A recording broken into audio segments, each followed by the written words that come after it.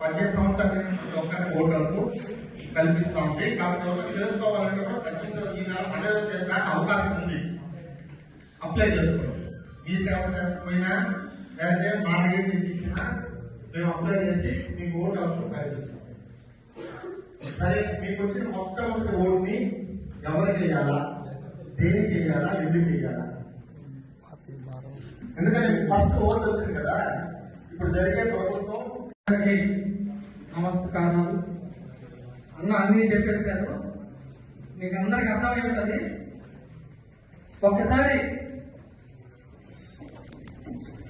మీరు ఒక్కసారి vote verification చేసుకోండి. మీరు అప్లై చేశారన్నారు కదా, ఓటు వచ్చిందా రాలేదా అనేది ఒకసారి చూసుకోవాల్సిన అవసరం ఎంతైనా ఉంది. అదేవిధంగా ప్రపంచ దేశాల్లో యువత ఎక్కువగా ఉన్న దేశం ఏదైనా ఉంది అంటే భారతదేశం. ప్రపంచ దేశాలన్నింటిలో ఉద్యోగ అవకాశాలు, నైపుణ్యం కలిగిన యువత ఎక్కడైనా ఉన్నారంటే ఆంధ్రప్రదేశ్లో ఉన్నారు. దీని అందరికీ కారణం ఏంటి అనేది మీ అందరికీ తెలుసు. ఒక విజన్ ఉన్న నాయకుడు పరిపాలన చేస్తే ఏ విధంగా ఉంటుంది? హైదరాబాద్ లో ఈరోజు హైటెక్ సిటీ, అసలుకి ఇంజనీరింగ్ విద్య చదవాలని చెప్పి ఒక ఫ్యాషన్ ఇంజనీరింగ్ విద్య అనేది కలిగించిన నాయకుడు చంద్రబాబు నాయుడు గారు. ఇవన్నీ కూడా ఎందుకు చెప్తున్నామంటే, ఈ రాష్ట్రం ఈరోజు బయట పోయిన ఉద్యోగాలు చేసుకున్న యువతందరూ కూడా అవమానకరంగా ఫీల్ అవుతున్నారు. నాది ఆంధ్రప్రదేశ్ అని చెప్పుకునేది. ఎందుకంటే ఈ రాష్ట్ర పరిస్థితి ఆ విధంగా ఉంది. రాజధాని లేని రాష్ట్రంగా, అదేవిధంగా యూట్యూబ్ లో చూస్తూ ఉంటే ఈరోజు యువత డ్రగ్స్ కి బానిసై మన చిన్న పల్లెటూరులో ఉండే జూనియర్ కాలేజీలో బంజారా తాగి విద్యార్థులు ఒక సాటి విద్యార్థుల్ని విపరీతంగా కొట్టిన యూట్యూబ్ లో చూసిన దాఖలాలు మీ అందరూ తెలుసు. రాష్ట్రం వెళ్ళిపోతుంది. ఎందుకు ఈ విధంగా వేరవుతుంది? ఒక పరిపాలన దక్షత లేని, ఒక విజన్ లేని, యువతకి ఉపాధి అవకాశాలు కలిగించలేని ఒక నాయకుడు ముఖ్యమంత్రి అయితే రాష్ట్రం ఏ విధంగా? దయచేసి సోదరులారా, మీరందరూ కూడా మా బలవంతం కాదు.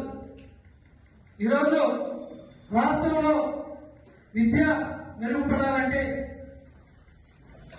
విద్యార్థులకి ఉపాధి అవకాశాలు కావాలంటే, ఇక్కడ చాలా పల్లెల్లో నుంచి వచ్చే విద్యార్థులు చాలా మంది ఉన్నారు.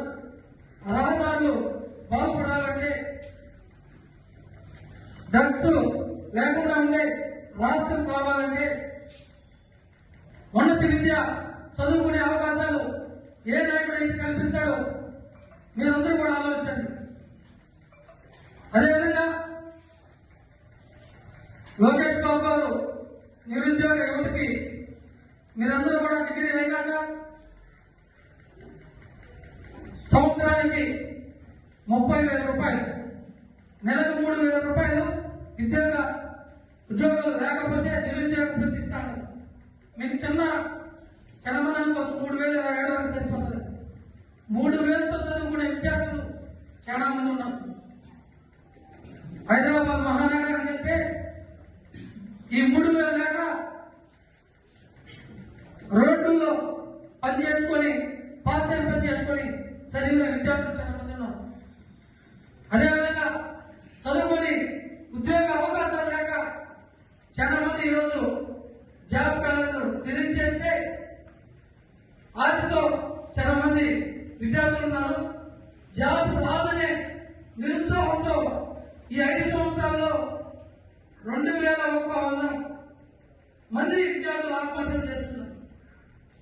మీకు నవ్వు కావచ్చు. ఒకసారి ఈ 5 సంవత్సరాల్లో జరిగిన దాఖలాలను చూడండి. ఎందుకంటే తల్లిదండ్రులు వాళ్ళ ఆస్తులు,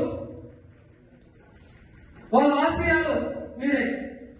ఈ రాష్ట్రం బాగుపడాలంటే ఈ రాష్ట్రానికి కంపెనీలు రావాలి. కంపెనీలు తెచ్చే నాయకుడిని ఎన్నుకోండి. కంపెనీలు తరిగొట్టే నాయకుడిని మీరు కూడా తరిగొట్టండి. మా ఎవరైతే లోకేష్ బాబు గారు 20 లక్షల ఉద్యోగాలు ఇస్తున్నారు.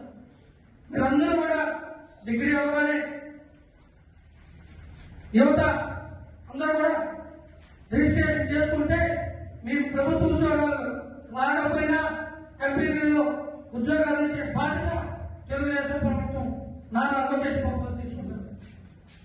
దయవుంచి అందరూ కూడా అర్థం చేసుకొని మీరు అనుకోవచ్చు, నా ఒక్క ఓటు వేయకపోతే ఏమి ఇక్కడ ఎవరి ప్రభుత్వం కూలిపోతుంది. ఈరోజు 7 లక్షల ఓట్లు,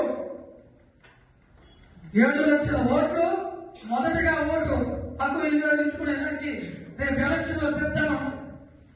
7 లక్షల ఓటు అంటే మీరు గవర్నమెంట్ ని పడేయగలుగుతారు. గవర్నమెంట్ ని ఏ గవర్నమెంట్ రావాలో శాసించగలుగుతారు. శాసించే శక్తి మీ అందరికీ ఉంది. దయచేసి అందరూ ఆలోచించి రేపు రాష్ట్ర అభివృద్ధి కోసం, యువత భవిష్యత్తు కోసం, మౌలిక సదుపాయాల కోసం, మహిళల సాధికారత కోసం, వ్యవసాయ అభివృద్ధి కోసం, ఈ రాష్ట్ర అభివృద్ధి కోసం మీ మొదటి ఓటు ఖచ్చితంగా ఫస్ట్ ఓట్ ఫర్ సిపిఎన్ అని అంటారని, వేస్తారని ఆశిస్తూ ఈ అవకాశం ఇచ్చిన ఈఎస్ఎస్ కాలేజీ యజమానికి, అదేవిధంగా మీ అందరికీ కూడా పేరు పేరున ధన్యవాదాలు తెలియజేస్తున్నాం. మీకు ఒకసారి ఇచ్చున్నాము, ఒక్కసారి పైకి చూపించాము.